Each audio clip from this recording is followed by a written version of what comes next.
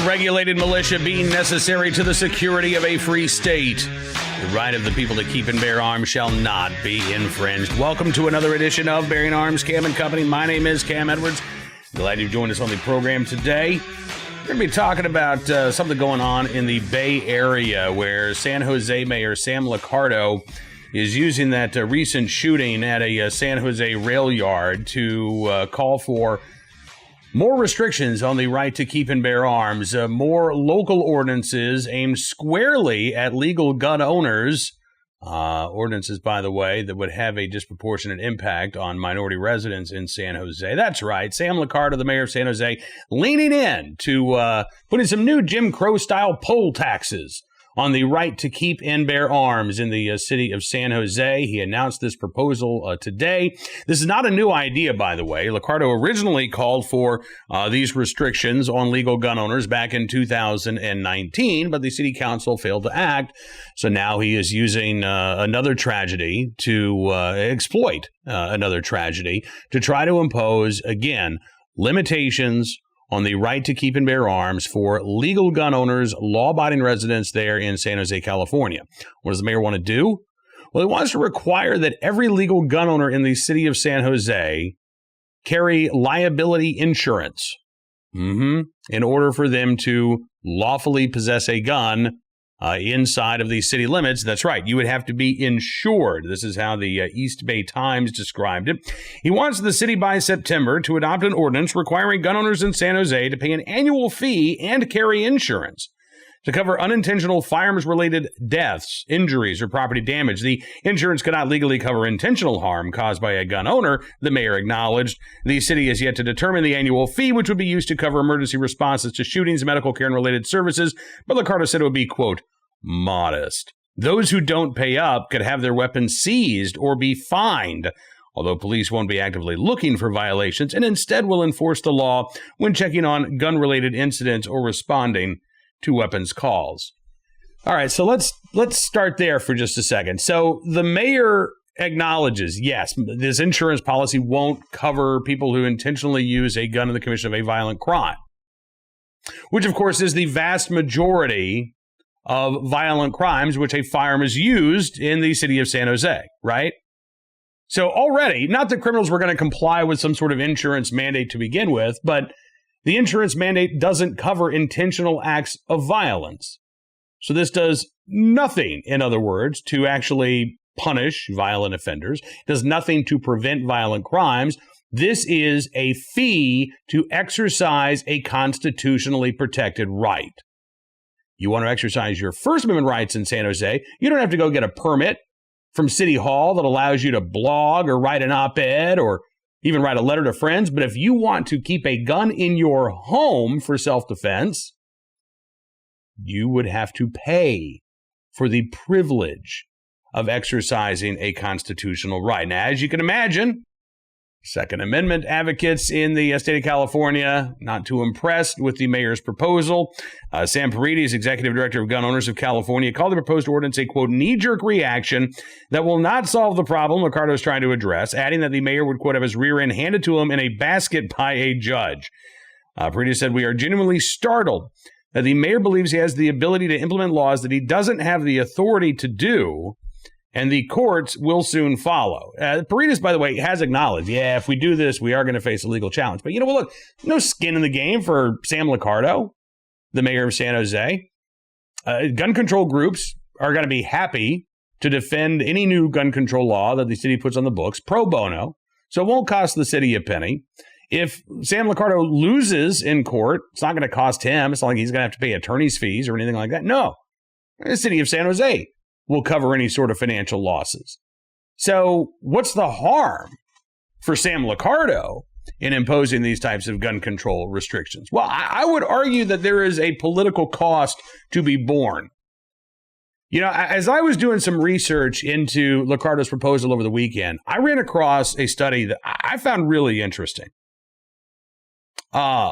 And it doesn't, you know, we don't have a lot of studies on what requiring insurance for gun owners would look like and what harm might come as a result of that. But Liccardo has compared an insurance mandate for gun owners to an insurance mandate for car owners, right? You drive a car in the city streets. Well, you've got to have insurance for that vehicle. Now, never mind the fact, by the way, that in California, they're actually taking steps to lessen the penalties for driving without car insurance. When I started doing some research into this, what I realized pretty quickly is that there is a racial component to the cost that Americans are paying for their car insurance.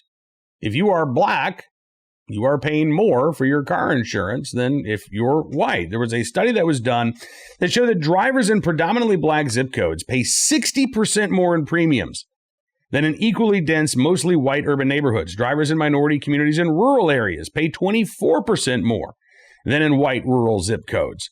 Major companies like Progressive, Farmers Insurance charge those living in predominantly black zip codes 92% more for insurance premiums. Allstate charges 56% more, State Farm 62% more, Geico 52% more. In metro areas like New York, Baltimore, Detroit, D.C., Orlando, and Boston, the premiums are 50% higher for predominantly black zip codes. And according to one study, the disparity actually gets worse for higher income minorities. The average premium for upper middle income black neighborhoods is 194% higher than it is for a comparable upper middle class white driver. $2,113 on average for an upper middle class black driver compared to $717 for an insurance premium if you are an upper middle class white driver. So again, that's car insurance. But you don't think we're still going to see those same disparities at work if Sam Liccardo requires all gun owners to carry insurance? You don't think that somebody who lives in a majority minority neighborhood or a neighborhood with a higher violent crime rate is going to have to pay more money to an insurance company than somebody who lives in a gated community? I think that's exactly what's going to happen. And whether Sam Liccardo realizes it or not, what he wants, again, is the 21st century equivalent of a poll tax on the Second Amendment, a tax or a fee that will fall disproportionately on minority gun owners. Now, I know that Sam Liccardo views himself as a progressive. He would never, ever do anything intentionally that would add or exacerbate to racial problems or discrimination in this country, but that's exactly what this proposal would do. By the way, Liccardo also wants the city of San Jose to sign on to a amicus brief regarding California's so-called assault weapons ban. He has requested that the city also conduct more routine gun buyback events. Yeah, and launch a public campaign to encourage residents to notify mental health or law enforcement authorities of implied or explicit threats of violence or plans to commit violence. He says what we know about the realm of public health is that it often requires multiple and varied interventions to have an impact. There is no one panacea. Well, as far as Liccardo is concerned, there actually is one panacea. Gun control. Restricting the rights of American citizens. He doesn't think that Americans, or at least San Jose residents, should be able to purchase or own the most commonly sold rifle in America today, the AR-15. Thinks that should be a crime, right? Also wants to hold these compensated confiscation events, these gun buybacks, of which, by the way, there's no evidence that these things reduce violent crime, accidents, or suicides.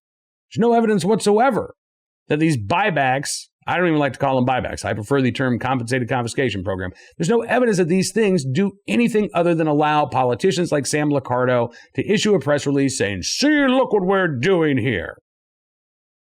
And then finally, he wants to encourage San Jose residents to contact authorities if there's a, quote, implied threat of violence. Of course, what Liccardo really wants is to weaponize the use of California's red flag laws to deprive people of the right to keep arms without due process. Each and every one of those strategies that Sam Liccardo is presenting is aimed at making it legally dangerous to exercise your right to keep and bear arms, right? And it also is designed to cut down on the number of legal gun owners out there. There will be some residents of San Jose who would quite literally be priced out of their right to keep and bear arms if Liccardo's insurance mandate becomes law. He wants the city council to act over the summer. He says he'd like to have this in place by September, which means that we're likely to see a lawsuit, maybe even as early as Labor Day, over these new proposals, if, that is, they become law. Now, if there are any San Jose gun owners out there who are watching this program, I would encourage you to contact City Hall. I'd encourage you to reach out to Mayor Sam Liccardo and ask why he wants to put a new poll tax in place for folks who want to exercise, or folks who are already exercising their Second Amendment rights to the best of their ability, given California's draconian gun control laws. We will continue to pursue this, but once again, Mayor Sam Liccardo and gun control advocates making it very clear the racist overtones of the gun control ideology. Oh, sure, on the surface, it's all, race neutral. Oh, we want to ban guns for everybody, not just for black Americans. But these laws are going to have a disproportionate impact on minority gun owners.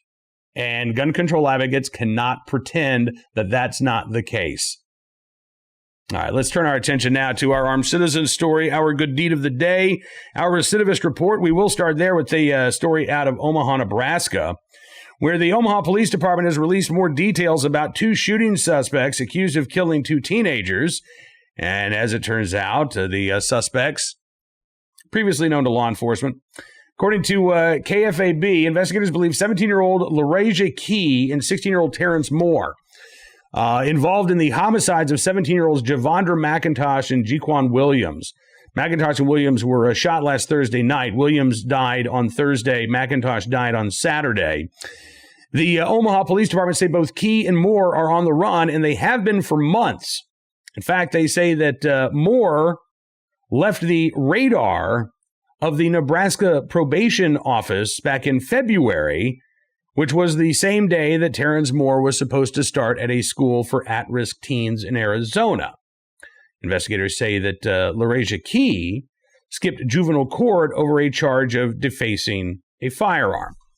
All right, so I got some questions about this. How does a guy on probation in Nebraska drop off the radar of the probation office just because he's supposedly now going to school in Arizona? There is no attempt to confirm that that is, in fact, what is happening, that that student is enrolled. The probation office can't call the school every couple of weeks to say, hey, just checking to make sure that Terrence is still in class. Apparently that wasn't done. And again, this is back in February when this teenager dropped off the radar of the Nebraska Probation's office. That's another way of saying the probation office failed to keep their eye on this parolee. As for the fact that LaRasia Key skipped a juvenile court date over a charge of defacing a firearm, again, well, what were the repercussions of that? No repercussions whatsoever. Not like there was an all-points bulletin sent out. Maybe another warrant was put out for Key's arrest. But the criminal justice system clearly not doing its job and not taking these individuals seriously. Now, the Omaha Police Department asking for the public's help in their search for the two suspects. Police say that Terrence Moore is the suspected shooter and that Key is wanted for accessory to murder. They've also been trying to track down a possible suspect vehicle that was seen last Thursday in the area of the shooting. I wish them the best of luck in trying to apprehend these murder suspects, but got to ask the question, why were they out on the street to begin with? All right, turning our attention to our armed citizen story of the day from Glynn County, Georgia. Police say that there will be no charges for a pizza delivery driver that killed a man during an attempted robbery in Glynn County. You know, I wrote about this at Bearing Arms last night. We have sort of a roundup of armed citizen stories. And this is sort of the corollary to something that we've been talking about in the program for months. The policies for Uber and Lyft and other rideshare companies, and even, I guess, to some degree, still, these pizza chains that prohibit drivers from lawfully carrying while they're on the job, forcing them to choose between their life or their livelihood. Now, Papa John's, Domino's, and Pizza Hut, I think those companies have kind of quietly amended their policy, and now they mostly leave it up to the local franchise owners to determine whether or not a driver is going to face any sort of punishment for carrying a firearm in self-defense. And that happened as a result of a case. Another case, I believe it was in Georgia a few years ago. There was a young woman who was delivering pizzas, who was the victim of an attempted armed robbery. She was able to defend herself. She had her firearm. And nobody really wanted to fire a 21 or 22-year-old girl a woman for defending her life, right? If you're a 35-year-old guy, maybe it's a little bit easier, right? Probably not going to be a huge news story. But you fire a 22-year-old woman for defending her life against an armed robber, the press has probably got to pay more attention to that. So a lot of these companies sort of quietly shifted their policies, and that may benefit this driver in Glenn County, Georgia. According to First Coast News, Glenn County police, they were dispatched to this area about 11:30 after being called by the driver. Responding officers found a man who was shot and dead at that moment. Police say the driver told officers that he shot Hicks in self-defense after Hicks attempted to rob him at knife point. Initially, police say the driver was unable to locate the original location that the pizza was supposed to be delivered. He then made contact with Hicks, who had, called in this false order, and instructed him to drive to this location where he was the victim of this attempted robbery. The Glenn County Police Department says that Hicks has an extensive criminal history that includes multiple instances of robbery. In fact, they say he recently served 15 years in prison and was recently released on probation. And they also say at this time, no criminal charges have been filed against the 25-year-old pizza delivery driver. He was uninjured during the incident. Police say the investigation continues while they're looking for additional possible suspects. Statement from the owner of the Papa John's store there in Glenn County said, quote, "We are extremely saddened to hear about this tragic situation involving one of our drivers. We are working in full cooperation with local authorities in their investigation." I got to tell you, I would have loved to have seen a little bit of praise for that driver on the part of the Papa John's franchisee. You can be very saddened to hear about this tragic situation, but you can also be very grateful and relieved that the driver in question wasn't harmed because he was able to protect himself. I don't know if SARPJ, that is the owner and operator of Papa John's store number 767, I don't know if they plan on releasing any additional statements, but if I lived in Glenn County, Georgia, as much as I want to support the driver there, I may offer him a cash tip, but I'd be reluctant to actually order from this store until I heard them actually acknowledge the fact that this driver acted in self-defense and told the public that this driver would not be losing his job as a result of protecting his own life. All right, finally today, our good deed of the day from Arkansas, where a police officer in the right place at the right time, willing and able to do the right thing. There is just a screenshot of the body cam footage from this officer in Pottsville, Arkansas, who was able to save the life of a newborn baby. Officer Cody Hubbard, he's a 23-year-old rookie with the Pottsville Police Department, answered a call for help over the weekend. Joe Chronister had called 911 when his 3-week-old son began choking on anti-gas drops. Hubbard said a normal day went to a chaotic day in a matter of seconds. He said, when a family's depending on you like that, he said, the pressure hits. The infant's breathing was labored as he tried to get air. His parents and grandmother panicked, helpless. But when Cody Hubbard arrived, he was able to step up and do the right thing. He said, it's pretty much, quote, for the Lord to be on my side on this one. So the good news is, Officer Hubbard able to clear that baby's airway, and the baby's going to be fine. Cody Hubbard said after the baby started breathing again, he got into his car, turned his camera off, and he said, I just kind of started bawling. He said, it felt good to see how that turned out. He said, mentally, I just broke down. He said, I was crying, but it was happy tears. Officer Cody Hubbard going to get a life-saving award later this month. Meanwhile, his dad, the baby's dad, Joe Chronister, says he's incredibly grateful for Officer Hubbard being in the right place at the right time and willing and able to do the right thing. That is all that we got for you here on this edition of Bearing Arms Cam & Company. We want to thank you for being a part of the program. As always, we will be back with more Second Amendment news and information coming up on Wednesday's program. Also, don't forget, you can become a VIP member of BearingArms.com. Just go to the website, BearingArms.com/subscribe. You can use the promo code GUNS for 25% off of your VIP membership, and that'll get you access to exclusive analysis, commentary, and more, as well as supporting programs like this that we bring you almost each and every weekday here at Town Hall Media on YouTube, Bearing Arms Cam & Company on Rumble, Cam & Company on Amazon Podcast, Spotify, SoundCloud, Stitcher, all the rest. We'll see you tomorrow. Until then, be well, be safe, and be free.